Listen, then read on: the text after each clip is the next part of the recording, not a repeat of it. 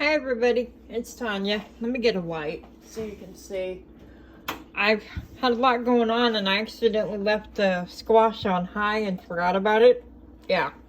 Alright, let me show you this. This is that turkey broth mixture I had earlier. Salt, pepper, water, turkey broth, and white wine, paprika, powdered garlic, nutmeg. That's what's in here. And this is what happens when you leave it on high for too long. This is fine. That's the butternut squash. It was cut into smaller pieces. As you can see here, here, and here. The butternut squash was cut into smaller pieces, therefore it pretty much disintegrated. The smaller parts did, see? So what I'm gonna do is I'm gonna pull these peels off. And I'm gonna put all this back in here. And I don't have an immersion blender, so I'm going to put it in a blender, or a food processor works too. I have a really small 1-cup food processor, so I'm going to do either one of those. And this is about 5 hours on high. I had an emergency and didn't even think to readjust the crock pot before I left.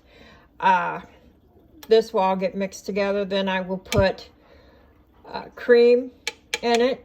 And now, that's still not going to be the texture like you get out of the store. That's because the people in the store add something called nutritional yeast. And that is what gets the thicker texture of the pumpkin squash or butternut squash that you buy in the store. I don't have any nutritional yeast. It is not the same as bread yeast. This nutritional yeast is not live. This is dead yeast. And it acts as a thickening agent. So, I don't know of any supplements that you could put instead of the nutritional yeast. Just know your texture is going to be a little different than what you buy in the store because you don't have any nutritional yeast. But that's what happens. You just add, I'm going to add I think I've got a 2 little pint of cream. I'm going to put it through the food processor, and that's pumpkin squash soup. This is butternut squash and acorn squash. That's all there is to it. All I've got to do now is wait for this to cool a little bit so I can handle it and get the peels off. And then it goes back in here, gets blended, add the cream.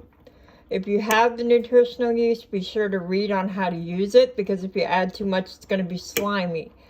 But you can make it without it. If you don't have any cream, you can use half and half milk or even powdered milk. Just make up some powdered milk in about a cup of it, put in there, and it'll make it creamier. That's squash soup. Bye, everybody.